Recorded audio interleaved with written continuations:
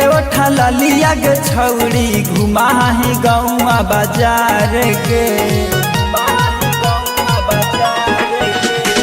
ओठ में लगा के उठा लिया गे छौड़ी घुमा ही गौआ बाजार के आगे पढ़े जाही छौड़ी जोरिया सकुलिया या चतरा में खो जाही बतारा के आगे पढ़े जाही छौड़ी जोरिया सकुलिया या चतरा में खो जाही बतारा के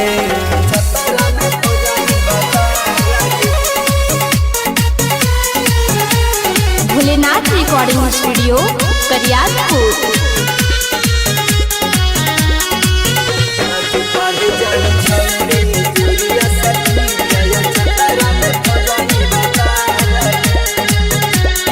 घरावा में बाना ही सहती सवितरी बाहर में देहाही पसार गे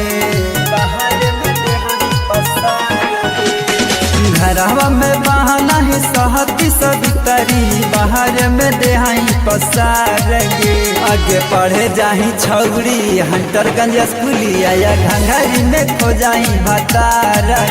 आगे पढ़े जाही छौड़ी डोभिया सकुलिया या गहाया में खो जाही भतार गे मिक्स बाय रंजीत यादव।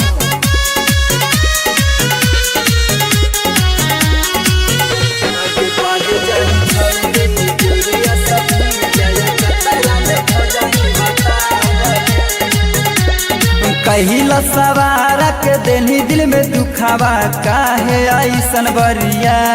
गे